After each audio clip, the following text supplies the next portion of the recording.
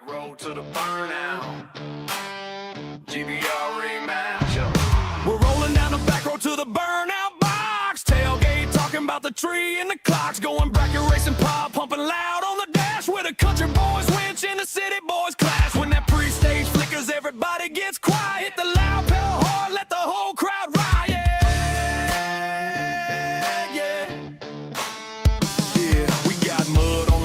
Slicks in the trailer, VP in the jug, beer in the cooler. From the clap of the headers to the smell of that glue. GBR, tune in if you live in that dream. Casey on the mic, bringing heat like July. Breaking down the bracket game with the sharp eagle eye. George jump in, dropping takes like a hammer. Two-man crew shouting bracket racing grammar. Double O's hit us, green light splitters. Top bulb kings and blow a car wizards.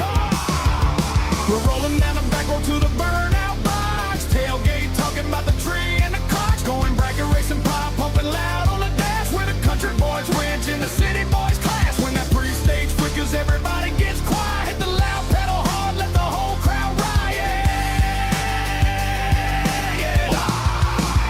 I got the cooler in the bed and the grill on low. Shooting breeze, about the stripe in the margin to go. From the big money races to your local track porch. Ain't nobody calling cleaner than Casey and George. Rubbing the throttle, playing old school tricks. The kind you only learn after thousands of hits. It's the GBR code from the farm to the town. Take it to the track and we'll all throw down. Fire suit swinging on a hook by the trees. Warm pit winds drifting soft in the breeze. If you know the feel of that Tuesday night air, then you know Casey and George, cause they're right there. I got the cooler in the bed and the grill on low. Shooting breeze, about the stripe and the margin to go. From the big money races to your... Whoa, right whenever George pointed at me, my computer screen glitched out. That's all right, though. Are we good? We good, man. All right. March 17th, 2026, episode 227 of the Going Bracket Racing Live podcast. Brought to you for free every single Tuesday at 5:30 Eastern, 4:30 Central, 3:30 out there in Troy, Abercrombie land out there on the very, very far west coast. I wonder what the weather's like over there, because it's some wild stuff out here on the East Coast, let me tell you, man, because it was 90 degrees last weekend. Then all of a sudden the bottom dropped out. Then we had tornadoes everywhere, evidently, and now it's like 40 degrees outside again. So I don't know what's going on. All I know is my nose is all stuffed up from everything going on. So hopefully I don't sound too funny. We got to thank those people who bring this to you for free every single week on Facebook, YouTube, and of course Spotify, Apple Podcasts. Don't forget to like, share, subscribe, everything you do on all those platforms. TSR Racing Products, Power Glides, Turbo 350s, 400, 727 transmissions, parts, accessories, head to swallow there. BRG 3D printed parts, anything you need, Brian Garrett will print that stuff up for you. Anything that you got, any kind of custom parts, things that aren't made elsewhere, things you got custom on your race car, things you made out of cardboard, whatever, send that in the mail to Brian Garrett and he'll get you something figured out. And he's got some stuff of his own over there on his website. Check it out. Syntex Printing out there in Temple, Texas. Stickers, shirts, brochures, anything you need for your business. Driven Racing Oil. I finally got me one of these Driven Racing Oil hoodies that I've been wanting for literally like 2-3 years now. And you could probably use the code GBR10 and get yourself 10% off that order as well. But you get oil for your race car. You get cleaning products. You got diesel truck oil. You got regular car oil. You got all kinds of stuff going on over there. Cleaning products, if I haven't said that already, which actually those are some of the best things. Speed Clean. I just gave Maddie some of that Speed Clean. Get that rubber off the side of the Nova. And you use the code GBR10. Get 10% off your order on anything you order from the Driven Racing Oil website. Proform Parts. Visit proformparts.com for your shop tools, carburetors, starters, alternators, radiators, accessories, all kinds of stuff you got going on that you need for your shop. Proformparts.com. Crew Chief Pro software. Get the brand new engine, transmission, car, anything you got going on, plug it into that Crew Chief Pro software. It's actually on the screen right there behind me, or it just was anyway. But go to crewchiefpro.com, get you a copy of that, make your life a whole lot easier in 2026. And of course, Gearhead Solutions. Go over there. You got some parts you still need. I know JP said pistons are way behind right now elsewhere. I don't know if Gearhead can help you out with that or not, but they got access to thousands of vendors over there. Get the parts when you need them at gearheadsolutions.com. Mid-State Dragway out there in Havana, Illinois. They got a quick 16 going on this year. They got all kinds of new stuff going on. Check out Mid-State Dragway if you are in the Midwest area. That's the place to be this year. They got 10s, they got 20s, they got the best racing program out there in the Midwest for 2026. See what they got going on. George, what's going on in your neck of the woods? I know you just got back in town. You haven't even really went to work yet, have you? Yeah, of course I've been to work. Been to work, of course. Just the day job, keeping it moving, get through the day job. Of course, come on here and shoot the breeze with the GBR crew, fans, you, everybody else involved. But nah, man, I'm sitting here thinking. You were mentioning Mid-State. I'm just waiting on everybody who can do so to adopt what Mid-State has put down. Man, that would be so awesome to be able to race for that type of a series in North Texas, and we've got enough tracks. I feel like we can pull it off, no question about it. So, no, man, that's pretty much all I had in my mind right then and there. And just that, and I'm gonna shout out number one right off the bat, GBR, long time GBR follower. He might have been one of the first commenters, Casey, that we've had on this show. Mr. Team 14 Motorsports himself, Kevin Little, the driver of the Black Panther T'Challa style, takes it to the final round over there in XRP for the first.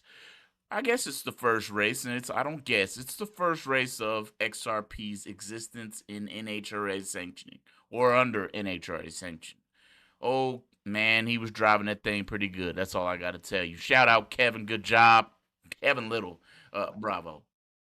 I know you couldn't hear those claps because we got noise cancelers around here, but Casey, man, next on the list of clerical things to do, I gotta bring up what I consider probably one of the bigger bracket races I've seen at LS 57 Speedway.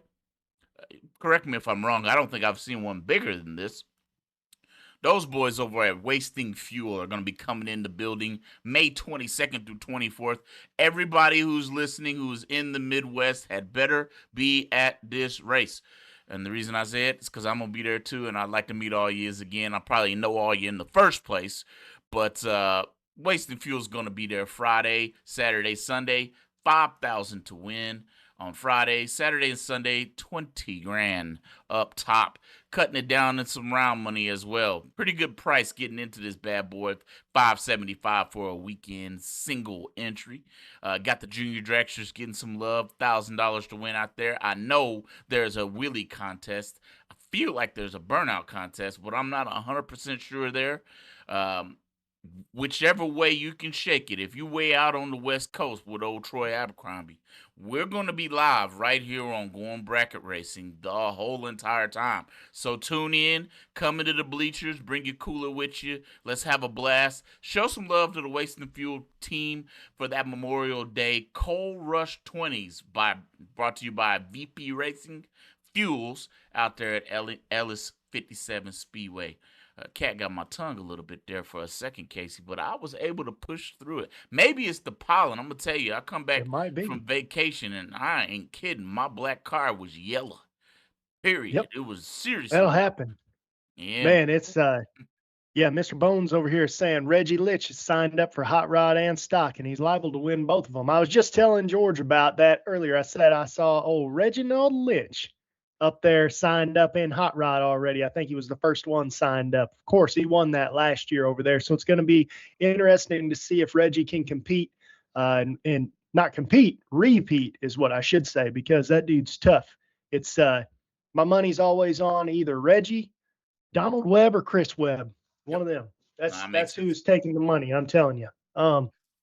So that being said, man, pollen this time of year out there. I've been at Galat this time of year, and I've looked up from the staging lanes, and I've seen just clouds of yellow going across staging lanes. So track should be nice and sticky, I guess, if that pollen stays sticky. But yeah, man, a lot going on out here. I heard 23 or something Mountain Motor Pro stocks already are out there or coming.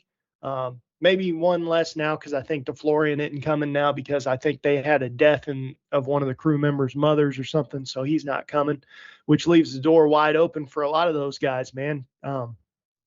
surely they'll run 16 cars out there if they have that many rather than 8. But at the same time, those heads up guys, um, they're cut from a different cloth, man, and they kind of like to say they were part of an 8-car field versus 16-car field because it makes it that much more prestigious to even get in to begin with.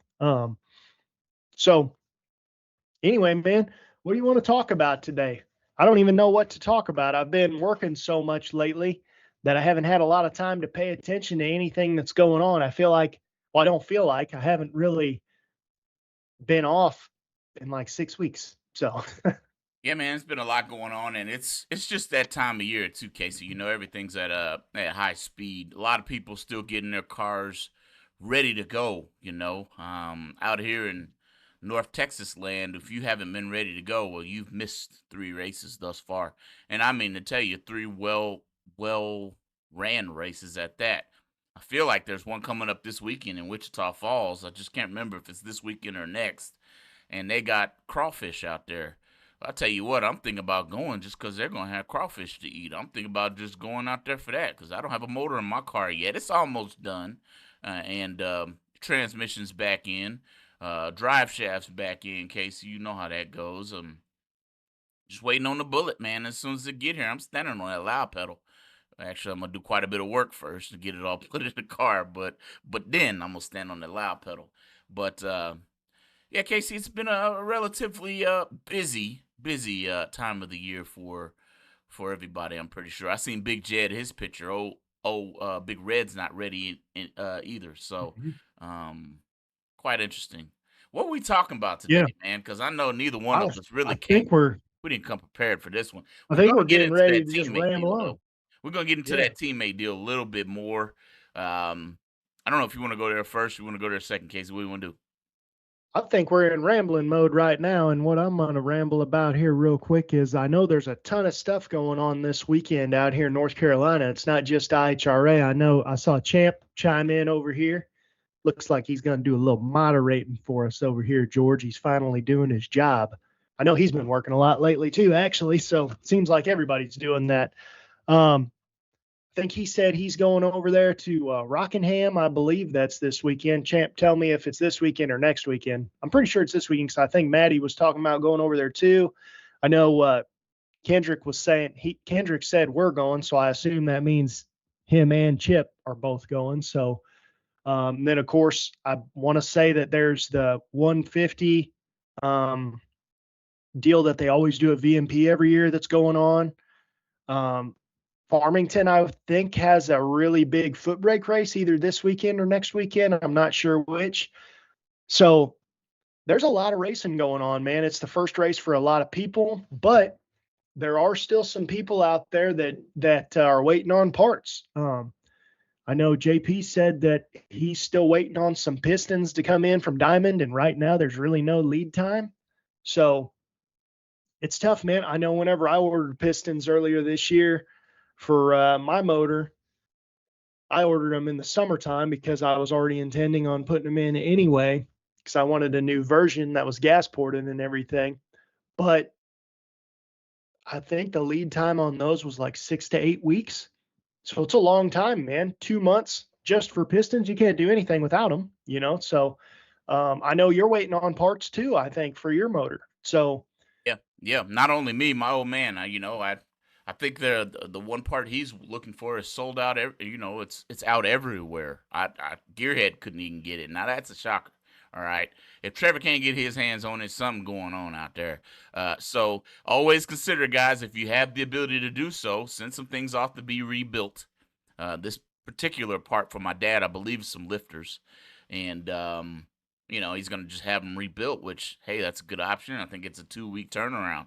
So, well, in 2 weeks, they really gonna be getting at it in the Midwest. So that's just about enough time to get your spare car ready, or the dragster, I should say, because he's got the Corvette sitting there primed and ready to get loose. I'm pretty sure, but big motor out of the dragster, that thing's not even in no more, and I feel like he said he might have to need new rods. So this might be fun. You know what I mean? It's just that time of year, and heck, man, I was coming back from Hot Springs, Arkansas. That's where I went just for a little get out of Texas for a couple of a little weekend. The wife loves that place. If you've never been, it is a pretty fun place to be. By the way, if you're close to this area, of course, I drove right past Prescott Dragway to get there.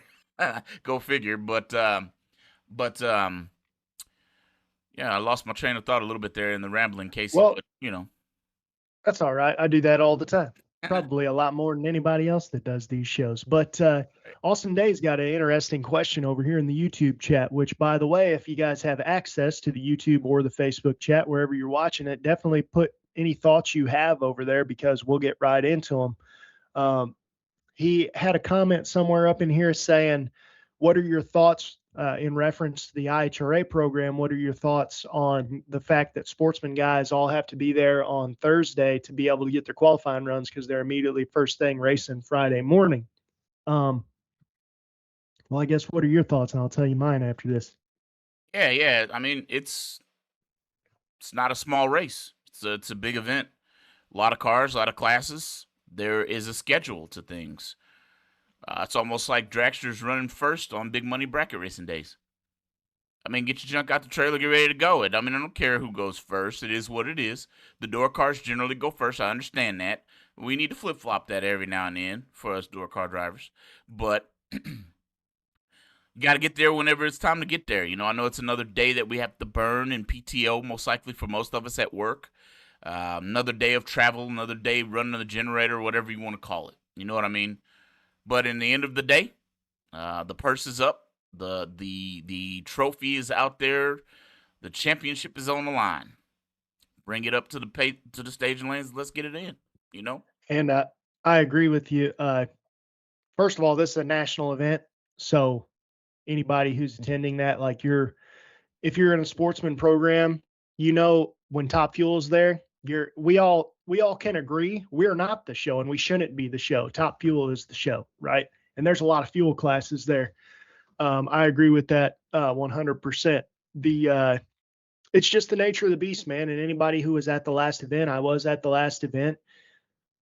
What a lot of people forget is when it says, right now, I think the website says like 180 entries, but it's showing like 5 top dragsters on there and 8 top sportsman cars and, like 4 top fuel cars no, it was something more crazy than that. Anyway, there's 12 fuel funny cars entered and you think there's only going to be 5 top dragsters. That ain't going to happen. But anyway, my point is it says 180 or whatever it is. That's 180 single entries. That's literally 180 cars. So there's a lot going on there, man. And realistically, for as many cars as are there, it runs very smoothly. And the reason being is because we run all the sportsman qualifiers a day before, because it would be literally impossible to run. I mean, they might have 20 classes, to run all those guys with no issues. That isn't going to happen, especially with nitro there. There's going to be issues with nitros there. That's how they work. But I think that's one of the scenarios where I agree with the sportsman guys having to be there a little bit early. If we wanted to talk about that type of thing, I think I would be more interested on focusing on the scenario of some of these big money bracket races where we just flat don't race Sunday. They say it's for an extra day if they need it. They rarely do need it. They rarely use it when they do need it because they don't want to pay the rent the next day. And they say it's a travel day, so you don't have to take off work on Monday. But I'm sitting here thinking, well, now you're just making everybody take off either Tuesday or Wednesday rather than Wednesday or Thursday. So it's the same amount of time. Yeah. I never have really understood that theory because I know when we used to run Megabucks all the time, it was Friday, Saturday, Sunday. So a lot of the blue collar guys like my dad, like your dad, and most people in racing for that matter would take off just Friday. They'd work Thursday, come home, we'd fly over to the racetrack basically, unload, race Friday, Saturday, Sunday, and they'd be back at work on Monday. So you only have to take one day off for sure. Right. And I know that not everybody has the ability to be remote as well. I have a house on wheels, Casey. So if it ever came down to it and I needed to work a day that I showed up to the racetrack, well, I'll just have to work a day that I show up to the racetrack. And I guarantee you I'm not the only one who does it. But that's the beauty of having a home away from home. You kind of take it with you. You got an internet connection. I can just log into the internet and go to work. That's why you see these screens back here.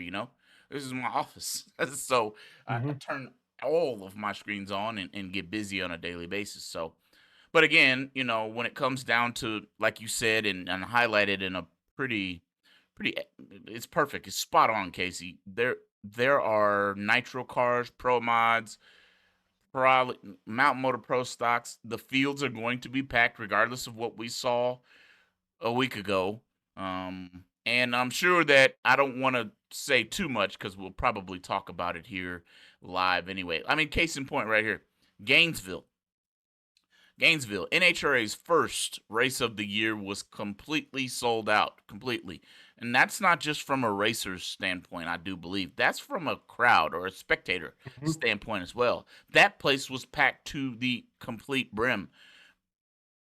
If they tell me that I have to run Super Comp on Thursday at 7:30 in the morning, then I guess I'm gonna be up by 6:30 or not have slept the night and then come up there and run at 7:30 for my first time running and then go to sleep after the fact. I don't really know what I do, but what I am saying is I will be there to stage my car.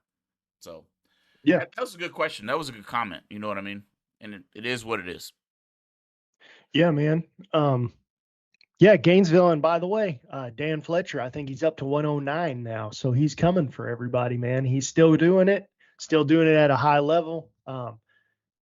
Literally the absolute man in stock and super stock racing. There's nobody better than Dan Fletcher. So Yeah, no he's question. proven it more and more every single day. It's going to be interesting starting this year. I mean, Dan chases the championship every year as he should, being who he is. Um, Maybe get another championship in this deal, maybe get another few wins, keep pushing that total higher and higher. The only sportsman driver to win more than him at this point is Frank Manzo, as far as I know, and that's Alcohol Funny Car, which it is sportsman, but kind of like professional sportsman level, if there is a such thing as that. Um, so, Dan the man. And the man, Casey. Nah, it's a good conversation to lead into what I feel like we've been kind of wanting to talk about. We got into it a little bit on the last show, not as much as we probably should have. Kind of just highlighted maybe what we talk about a little bit today, Casey. And you already said it. Those cars are going to be coming. Sportsman cars will be coming to the racetrack early in the morning on Friday. And man, what better way to come in on Friday morning, not only with Crew Chief Pro, by the way, if you don't have it, because you need it if you're racing on that level, no matter what. I don't care what level you're racing on, you need Crew Chief Pro.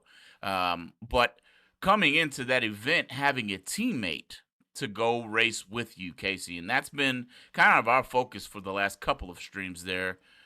Talk to me, man, because that's got to be pretty good data that you didn't necessarily gain for yourself, but your teammate gained on how the track's reacting as compared to last night, where Thursday we had to run our test passes, qualifying passes. Man, my car came out and repeated. Casey, what are you gonna do with that information if you and I are teammates? I'll tell you what, this scenario that we were just talking about, where you're making your qualifying runs on Thursday and then you're racing first thing Friday morning, clearly Thursday night is not going to be the same as Friday morning. And if Casey and George, hypothetically speaking, are both in Top Sportsman or something, whichever one of us runs first, now we have a major advantage knowing what the track's like, what the weather's like, what did it run last night versus this morning. Especially in these no buyback scenarios, people don't run them quite as tight because you can't really afford to. I mean, you can, but it's one thing to tighten it up as the day goes on or tighten it up after time runs or qualifying or whatever you want to call it. But whenever you get to the point, appreciate that super chat over there, Mr. Bones, by the way. That every little bit always helps us keep this show going. There's hidden expenses that a lot of people don't realize with what we do here every single week. So we appreciate that. But anyway, that being said, it's one thing to tighten it up as you go throughout the day, but first thing the next morning, I mean, you might have just ran a qualifying run at say 9 o'clock last night. Let's say you got done early, 9 o'clock last night, right? Still got to load the car up, still got to do any maintenance that you're otherwise going to do, still got to eat food, go to sleep, all that. Let's say best case scenario, you're going to take a shower. You're going to be in bed 11:30. Everything works perfect. You're not like me and George, got little kids. Yeah. You know how that goes. Yeah. So, anyways, and then you're going to be up first thing in the morning. So you got to get everything all unloaded and ready and warmed up again because it's going to be cold outside this weekend, at least in the nighttime. And you're going to go back up to the lanes. New track, new everything. So best case scenario, you're going to know where you're at on the tree if you really got a hold of it the day prior and you're a very consistent racer. Didn't drink too much coffee that morning, etc. Yep. Yeah. No. And it's pretty awesome, especially if that partner continues to turn on wind lights throughout the day. You got through your first round, you're moving in the second round. Maybe you switch positions. Oh, Casey goes up first. Maybe his car does something different in the second round. I don't know, just throwing, spitballs at a wall. Let's see if it sticks. You know what I mean? But Casey comes back to me and says, hey, man, I lost, 5 little baby numbers in the 60 and 5 more going down the track. So thank you for the information, Casey, because what do I do with that information? Something different, especially, technically, I don't care if our cars aren't set up the same. We're doing similar things on the racetrack. Our cars run similar ETs. If you lost a little bit in here and there, I'm going to at least expect to lose a little bit here or there. And guess what I'm going to do? I'm going to dial to get there, Casey. Well, and I saw a lot of back and forth on that topic in one of the questions, which if you don't follow the Going Bracket Racing Facebook page, you need to, because that's where all these questions typically are, and you can voice your opinion That's out right. there for free, and everybody will either tell you you're an idiot or a genius. Right. In my case, I'm always an idiot, so it is what it is. But anyways, the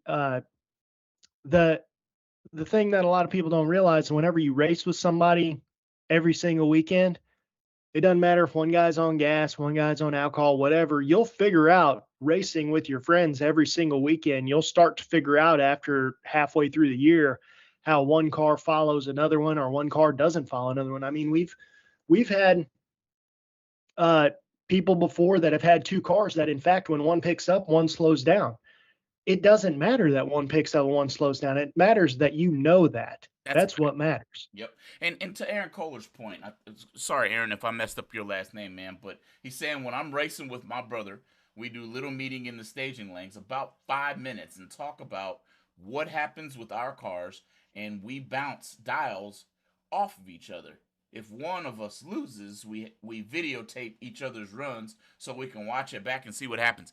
It's that little. That sounds really minor, don't it, Casey? I mean, seriously. And I don't care if it's dragster, door car. I don't care what it is. Me and my partner, Vince Taylor. I mean, if he's racing and he's like, hey, man, I lost a couple in the 60 and a couple in the 330, I love that information. I need that. You know what I mean? And vice versa. Hey, Vince, man, I lost a little bit right here. Or the absolute gold mine. The absolute gold mine is your buddy goes up and gets somebody red lights against him, and now he gets time run. That's right. That's right. Your time run now. That's right. Michael Nark says right here, teamwork makes the dream work. That's the way it should be. And that's not just drag racing, by the way, guys. That's across the board. It's just opinion, of course, Nova fan, but across the board, teamwork makes the dream work. Casey, I can't. And in drag, drive, repeat, teamwork version could mean fixing stuff on the side of the road. Works everywhere. Right. But no, man, it's those little bitty, just minor issues, minor little tidbits to drag racing pay major dividends. That's the difference in between a couple rounds sometime, So hopefully everybody has a teammate, and if you don't, get to looking for one. I don't think there's a limit on how many teammates you can have. You might want to get in where you fit in, of course. That's just the way it is, but there's still a lot more we can talk about, Casey, but you know what time it is. I gotta get to that commercial break before we get going a little too far. Give our marketing partners a few moments of your time. We'll be right back to you. A little bit more Going Bracket Racing. Don't go anywhere. Tailgate talking about the tree and the clocks, going bracket racing, pop pumping loud on the dash with a country boys winch in the city boys clash when that Prepare to be amazed by the Lightning Bolt Mini Alternator, a technological marvel that defies physics. This alternator is nearly 40% lighter than a conventional 10SI, yet it kicks out more than 80 amps at idle and over 100 amps at full throttle. All this power is packed into a 7-pound 98mm case. Its unique aluminum housing, featuring eye-catching lightning bolt cutouts, adds a touch of style to your engine. Installation is a breeze with a one-wire hookup and standard V-belt pulley.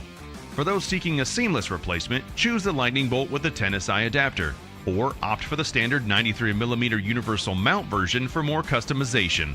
Plus, separate serpentine pulleys are available. Don't settle for less. Upgrade to the Lightning Bolt Mini Alternator today and experience unparalleled performance and style.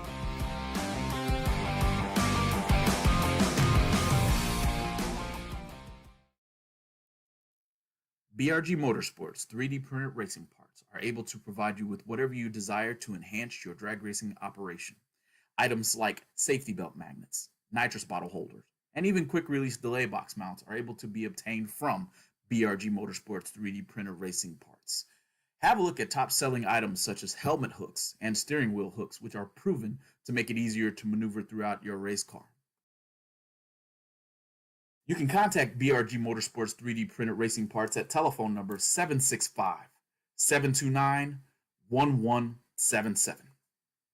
Get them fired up and get them to the staging lanes, baby, because 8th Mile Apparel is now carrying Glowing Bracket Racing merch. Hats, t-shirts, hoodies, and much more can be yours today by visiting 8thmileapparel.com. We appreciate each and every one of you guys supporting the Glowing Bracket Racing YouTube and Facebook pages.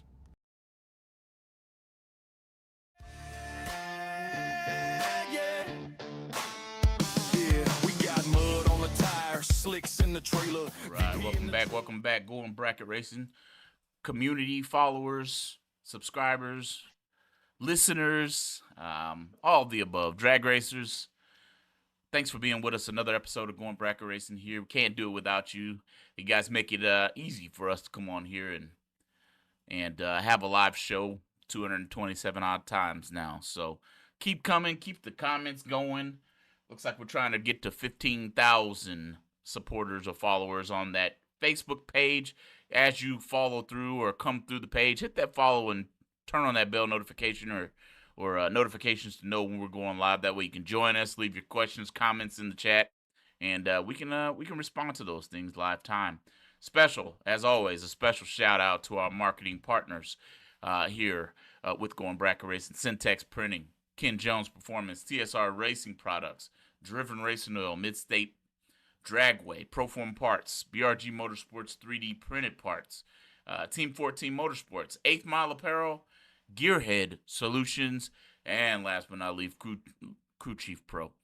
Cat's got my tongue. Maybe the pollen's in my throat because I'm having to swallow a little bit more than what I normally do, Casey.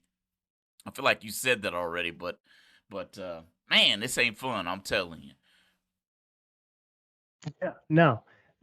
I'm watching over here in the YouTube chat. Everybody's talking. Mr. Bones put up a question: drag racing trivia. Who was the first door slammer to run a 6-second ET in the quarter mile? We had a whole bunch of guesses in here. Larry Larson wasn't it? Maybe in drag and drive form. Kurt Johnson all day. That's a pro stock. Kurt Johnson was the first in pro stock, but he's saying the first door slammer period to run 6-second ET. So pro stock would have been behind that. This would have honestly been one of my guesses. Coolman was the first to go 200 in a door slammer, obviously. Wasn't him. Mr. Bones finally put him out of their misery and told them over here. First in the sixes was Tommy the Who Howes. I don't know if that's the Who or if that's supposed to mean something else. But anyway, Tommy Howes, who went 699 at Atco's IHRA race in 1988. The nitrous guys were not happy. So there you go. Get some drag racing trivia time to time here that's interesting stuff too. That's stuff I like to see. Yeah, definitely. What are we talking about now? What do you want to talk about? I don't know. I got a random thought because it was something that came up. We haven't seen the new Galat flyer come out yet. And everybody's kind of wondering what we're racing for purse wise. What do you race for purse wise, and what's the entry fee? So we're at a local level. This is a good topic, Casey. This is a great topic, man. We could probably jump Yeah, off this local races. a few different directions. This is a good one. Um, Last week XRP put 4,000 up top. I feel like it might have been 100 to enter. I feel like it. I don't think it was any more than 100. 100 and let's just say 110 cars showed up. I think give or take maybe a little bit more. That's just on the top, and I'm pretty sure there was 80 off the bottom. And I know that off the bottom they pay their they pay their money too. So that's kind of what we run for at our local events. Ennis Raceway Park, we go weekends, so it's similar to Midstate, and I do like this. Again, if anybody could mimic, copy, duplicate what Midstate Dragway has going on in freaking Havana, I'd be a happy person. I'm sure every drag racer in the immediate North Texas area and South Texas and everywhere else would be pretty static too, to be able to run the same format as what Midstate's got out there. But I think Ryan Gleghorn comes up here and runs the bracket races at Ennis Raceway Park. Texas Motorplex is what I ought to be calling it. I don't know why I just called it Ennis Raceway Park, but Texas Motorplex, and they go for 5 on Saturday, 5 on Sunday. So back-to-back days of $5,000, Casey. We always talked about probably 100 episodes ago when gas was $5.15. That's what I was going to tell you when I lost my train of thought about going up to Arkansas and Hot Springs. $5.15 stinking diesel. Looks like cheap. And Christmas, I'm glad I'm in my car that is $3.70 something cents to fill up right now. A little less than that, but yeah, man, it's pretty good in our immediate area. As far as for $100 to go race, maybe $50 to buy back, you race it for a pretty good amount of money. Yeah. That's pretty much, I know that when I moved here, it was weird to me because what I was used to paying to run for, say, $2,000 or something, they run for 5 out here for that, or at least 3. So it's a weird area, but I kind of wanted to get into the topic, I guess, that what is an entry fee worth? Like, what should it really be worth? Because obviously everybody wants to pay as little as possible and race for as much as possible. And the only way for that to happen is either to have a zillion cars or to in some way disperse the purse differently. Like if you're running for $5,000 to win and it's only $1,000 to runner up, then I've always kind of thought like, okay, cool, we're running for $5,000 to win, but it's only $1,000 to runner up, and then it's only $250 to semi. So it's kind of like I would rather run for $3,500 to win, and then $2,000 to runner up, and then like $500 to semi, or something like that. Like the point is disperse it a little bit better. Also, how many spots are they paying? Like because you can't pay 32 spots or something whenever the entry fee is only $50 or whatever. You can't do that. So what type of range should we be in? And I guess I should just say out here, typically when you're running for $3,000, it's $75 to $100 entry fee. When you're running for $5,000, it's anywhere between 100 to 125, somewhere in there. We have a lot of cars out here though too, so that's not normal. Like I said, back in the day, Gateway, none of us ever complained either. At Gateway, it was $75 or $80, and we raced for $2,000, and that was fine. Yep. It's only recently that this has become an issue, but I feel like, in my opinion, I got those too, George. Don't you forget, I got opinions too. But in my opinion, I just want it to be less than $100 for local bracket racing, So for entry fee. I'll tell you what, man, and I'm still appreciative of Gateway $80 to enter to run for $2,000. Not to mention, I believe at that time they were doing a quarter-mile race too, so you were kind of getting a chance to do both, if I'm not wrong, Casey. I don't remember, right? But I know at one point we were running both classes, 1/8 mile Super Pro, quarter-mile Super Pro. We were doing them both, and that was pretty awesome. But I, where I sit now, I am in a position to where, like we've mentioned, I've got littles. I get to race a specific amount of times per year, no matter what. And at the same time, I operate Going Bracket Racing Media, which is our live streaming section of the podcast. So, um, I just want to go drag racing, Casey. It's what it Hmm. is for me, man. And Same I am. man, I just want to go drag racing. I want to have a good track underneath me to go drag racing at it, get at it, whatever the case may be, and um, that's my take. Give me $100. I'm probably expecting to spend 100 pretty well anywhere I go at this point, but I would love to see 100 get it at least above 2,000, definitely closer to 3.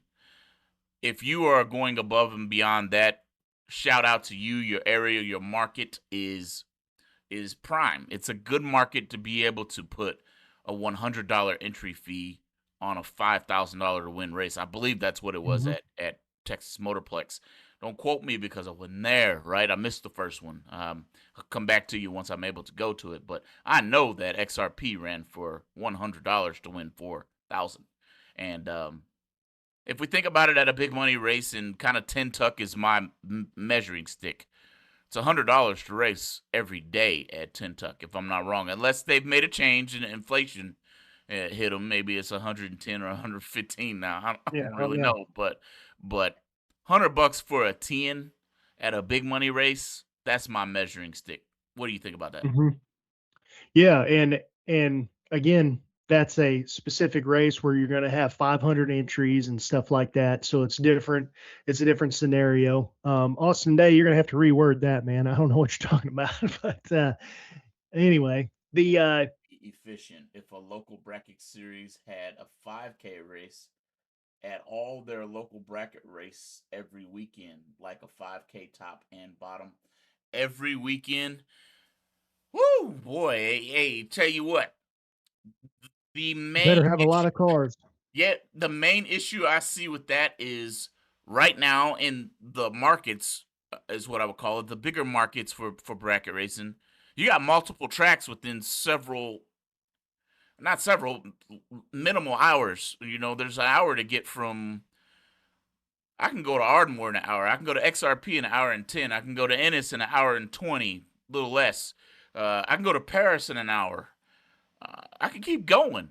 So the problem you have with running a 5 grander in our area is that other tracks are going to be having races too, and we're already kind of reaching into the same basket to pull race. Mhm. Wichita Falls Raceway is right up the street, a little bit more than an hour. I think maybe an hour and 20 minutes up. So, Austin Day, great question, great thought as well. It's just going to be Yeah, and I dependent. mean, Yeah, yeah, I guess I just needed you to translate it for me because now, as soon as you read it, I was like, well, that makes sense. I don't even know why I couldn't figure that out. All the pollen's up in my brain right now, I guess. I can't think. But Galat kind of does that. And sorry, it's going to be always Galat to me, just so you know. Just like Worldwide Technology is Gateway to us, too. it's Gateway. So, anyway, I mean, Galat did that already, but it was once a month. It wasn't every week. I don't think you can do it every weekend just because that pumps too much. You got to remember, half the people always lose first round, so the half the people are probably buying back, unless you're Tom Worthington. He's the only one I've ever known that won't buy back no matter what. He stands on his principles. You got to respect a guy for that because he will not buy back no matter what. He won't let you pay for him.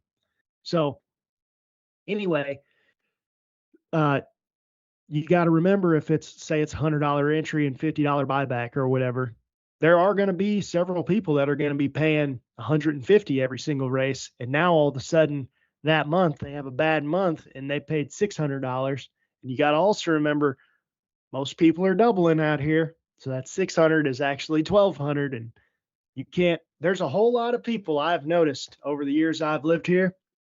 They go real, real hard till about May, and then you don't see maybe 10% of the guys until the very end of the year or maybe even the next year. Yeah, but is that money or is it heat? Well, if it was heat, wouldn't they be back in September or so? True, true. Because I feel like it's probably that way in North Texas. A lot of us are, whenever it gets really hot outside, and I step out to load my race car up, and before I can leave to go to the racetrack, I have to get in the shower, change my shirt, my socks, my underwear, and everything else Yep. because everything sweat. Hmm. Better yet, I better drink a gallon of water. I'm gonna be staging with a Charlie horse in my left leg, and I've trying been to there. keep Charlie horses out my toes with my right foot. I don't know, dehydration. So that plays a part too. I think maybe Casey's just getting hot, but um, Yeah. good call out. That's a good topic too. But from a local race standpoint, if you're racing for 5 grand more than one time per month, you really have a great. Your market is I mean, you got 200 race cars every week, every weekend. Mhm. That's the only way I can see that happening. You're gonna have a lot of race cars to do that. Well, when I first moved here, it was kind of the heyday of bracket racing. I know a lot of people say those days are long gone, but the heyday of bracket racing really was COVID time, honestly. Um, Especially out here. And Darlington and Galat were essentially running the same program, and they were running 5 grand to win it at Galat, and then it was either the next week or the week after, and they staggered them as twice a month. You'd run a whole bunch of people run Galat, and then they go run Darlington. I want to say I can't remember who it was, but one guy was in the running. He was about to win the championship in top at both tracks. Um, so it's doable, but it's very tough, and everything's got to be perfect to make it happen. I know that John Dock's running Darlington now, and I want to say Matt Zapp's actually helping out over there now, so that'll be good for them because he does a good job of social media and marketing and things like that, which I think a lot of people sleep on as far as local drag racing goes. The social media aspect that tracks have access to for free and don't use blows my mind. Let's make 2026 the year that these tracks actually learn how to promote themselves rather than just swinging the gates open, because there's a lot of tracks that die or that slow down that don't need to. They only do because they either, I don't feel like they're not putting the effort in. I think they don't understand where the effort needs to be put in, because it used to just be simple word of mouth. Now there's things that really aren't a great deal that are pulling people away from a better deal because this other guy seems so loud, and it seems he's pumped it up so much that it seems like the latest greatest thing that everybody's going to go to, and people do, and it's because of marketing. Tex Griffiths here, my man. I say a prayer for you tonight, man. $11.20 a gallon for diesel. Mm, I believe I quit everything at yeah. 11.20 at the gallon. I quit, and I'm You sure can buy racing gas majority for of that. us gonna quit for that kind of money, huh? You can buy, hey, just so you know, I was looking at YouTube last night, and maybe he's in the scenario that he should be looking on YouTube and learning how to make his own biodiesel And what irks me is how is diesel more expensive than freaking unleaded? That makes no sense to me. A because of byproduct. tax, Man, that's so because of cool. taxes. Whatever, man. Aaron, That's always the answer. Aaron over here is saying he doesn't know why racetracks don't post on social media. Every city. This is a great point, Aaron. By the way, I like you. I haven't seen you in my chat a lot of times, but thank you for being here. I'm gonna tell you what. Every city has a buy sell trade. Anything Sherman is ours. Yours is Yep. likely anything Clayton or all Right. things Clayton, North Carolina. Why are our racetracks, especially those who are trying to build, not just saying, hey, you guys get bored? We got this, and this going on at the racetrack. We're gonna have a bonfire with some marshmallows, and we're gonna ride your kids around on a couple bales of hay and there's hot dogs. Right. And if you want to be Dude, Obi, this is a perfect example. It happened this last weekend. So, Nahana, Actually, this is a very good example. I never even thought of it this way. Nahana and Darlington are both managed by John Dock, Nasty Racing, right? He has the lease at both of them. Mm-hmm.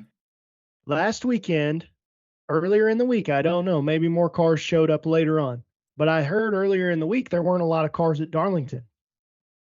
Literally one of the most historic drag strips in the entire country, paying $5,000 to win. Richard Alford, I know, won one of them. Slick Rick got through on one of them. Then I know there were a couple S10s in the final the night before. And then Rossi, I think, got one in the old electric Mustang SUV. Mm.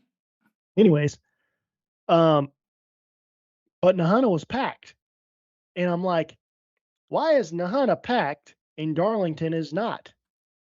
And it was just a test tune. I don't even think they were racing.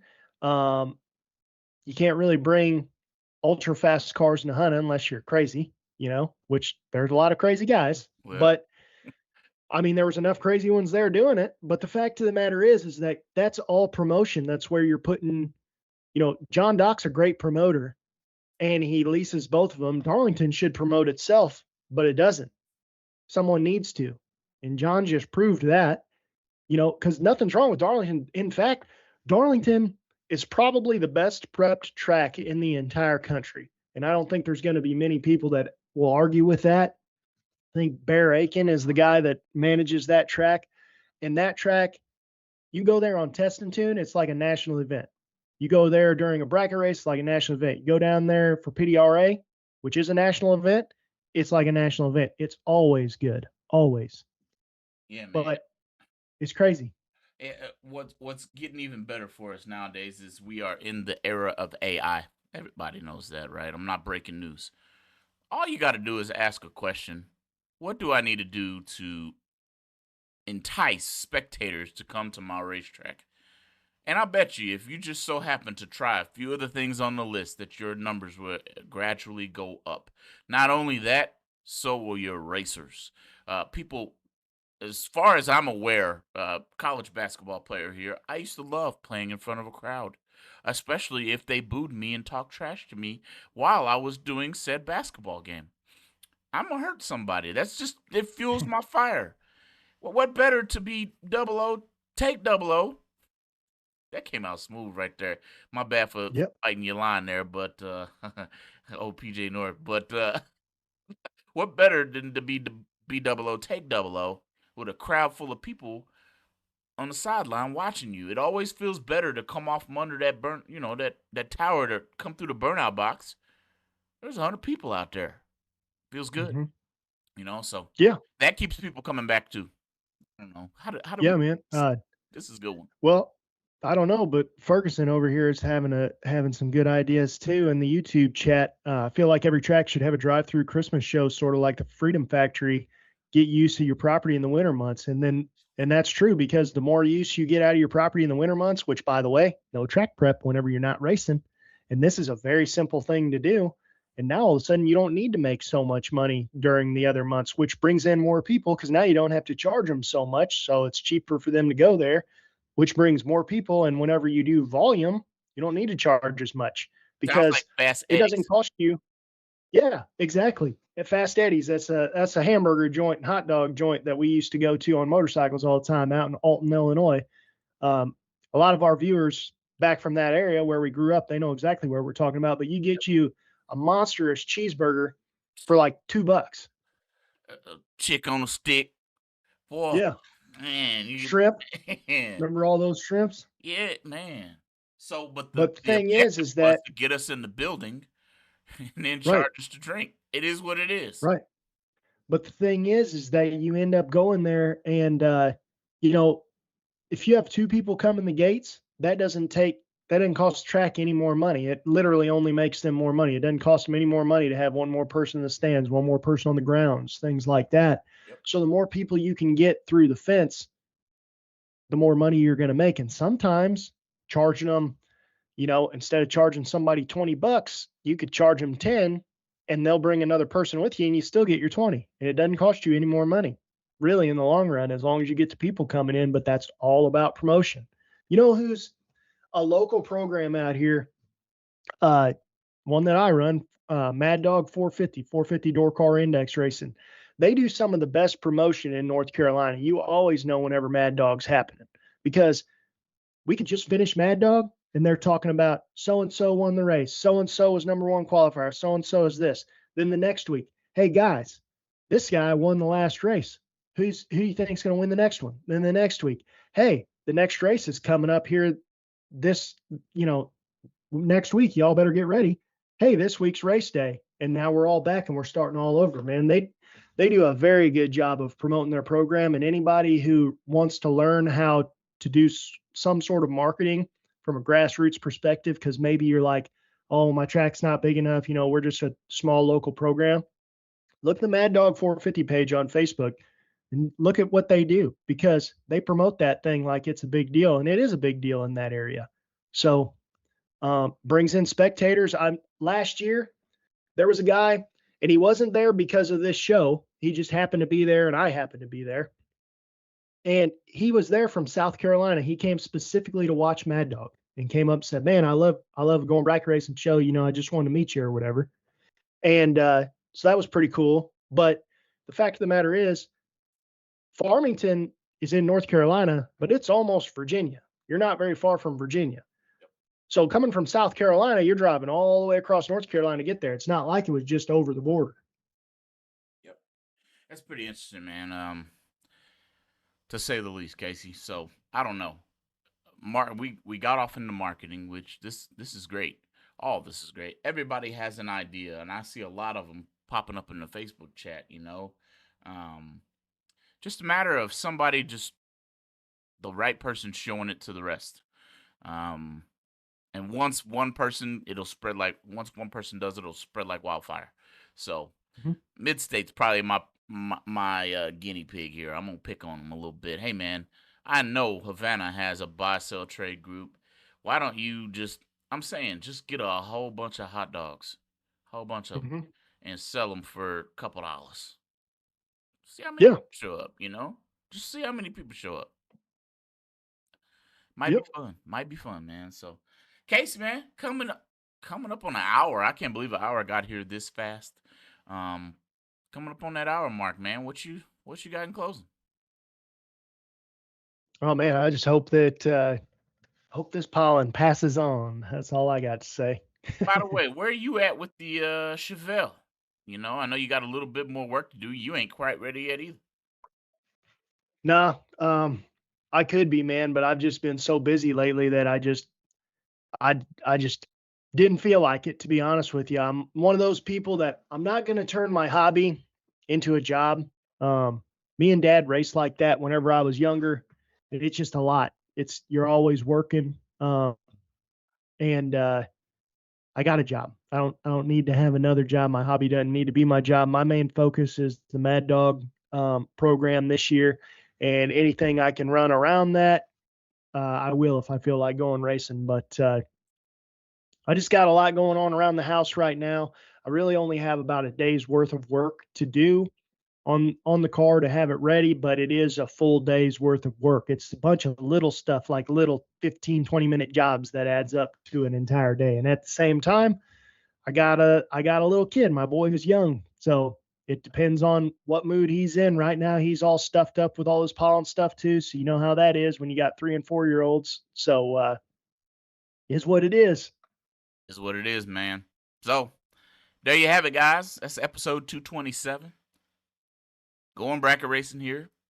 We're going to be signing off, and as always, we will see you guys on the next Tuesday.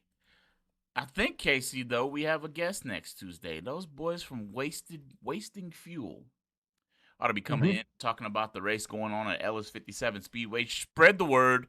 Let's pack this live stream for next week. Let's get to know new and up-and-coming promoters. That's old Jesse and Adam.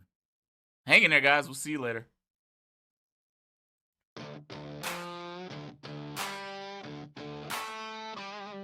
Back road to the burnout. GBR rematch. We're rolling down the back road to the burnout box. Tailgate talking about the tree and the clocks. Going bracket racing, pop pumping loud on the dash where the country boys win. city boys clash. When that pre-stage flickers, everybody gets quiet. Hit the loud pedal hard, let the whole crowd riot. Yeah, we got mud on the tires, slicks in the trailer, VP in the jug, beer in the cooler. From the clap of the headers to the smell of that glue. GBR, tune in if you live